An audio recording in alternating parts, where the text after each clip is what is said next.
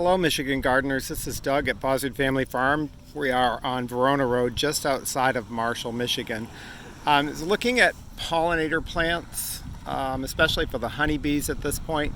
They're trying to store up lots of food for the coming winter.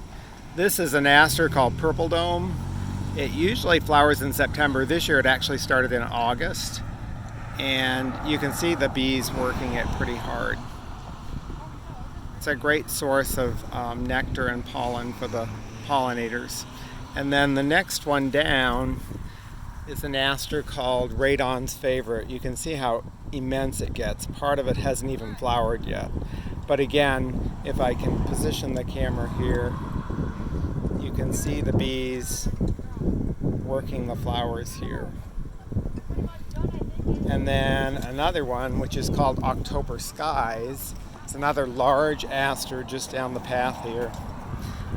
And it's been out for a while. Although it's called October Skies, it generally flowers in September and then goes into October. But the one I was at before, which is around here, Radon's Favorite, is probably the latest flowering lavender colored one I have. Very drought tolerant. These guys do have drip irrigation, but I have this planted along a fence line between the houses, the farmhouse and then my sister's house, and they did very well this summer through the dry periods, and then of course loved all the rain we got, but continued to flourish even after the rains finished and we went dry again. So there's lots of other pollinators you can see in the garden down further. I've got an upright verbena,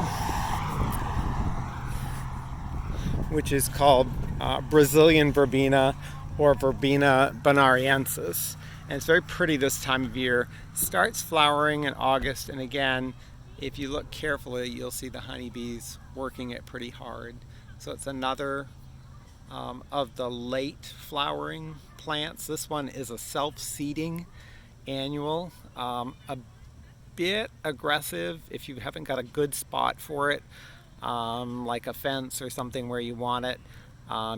You're going to be pulling up a lot of Verbena bonariensis next summer. I end up pulling up a lot because in front, down near the road, I like to plant the profusion and Zahara zinnias. They're a nice set of zinnias. They mound and so forth, and the bees have been working them pretty hard too. And I don't mind having the Verbena bonariensis in behind them, but if I don't thin it and weed it all out, it will take over the zinnias too. So that's a few of the pollinators we have. There's a Persicaria over here called Firetail, which is new for us on the farm this year, and when I went to it earlier, the bees were working it pretty hard.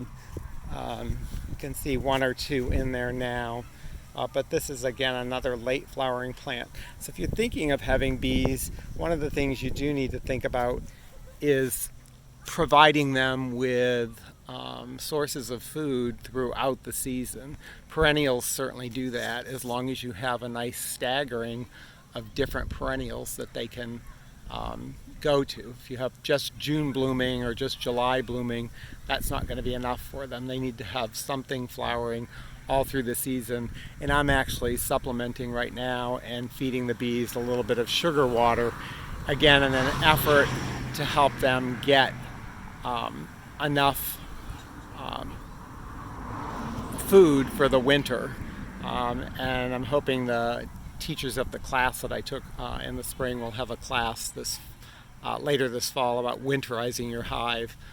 Some people put in insulation around the hive to get it to go another year.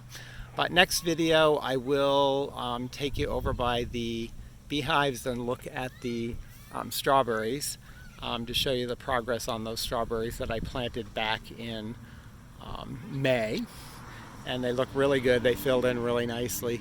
They've got two nice new rows of strawberries, and then we can also take a look at the older berries. They still look like they're going to produce a decent crop next year, assuming we can get through any of those late freezes and frosts, protecting our blossoms in May.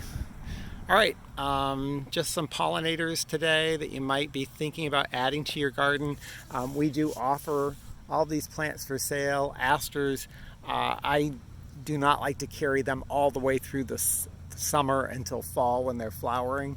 I like to sell them by the end of June. So if you're really thinking about asters for a late season color along with your grasses, you can see lots of grasses in the background.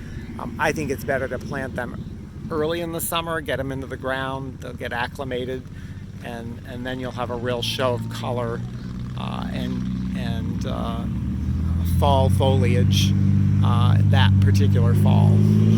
Okay, I'll talk to you next time about the bees and the strawberries.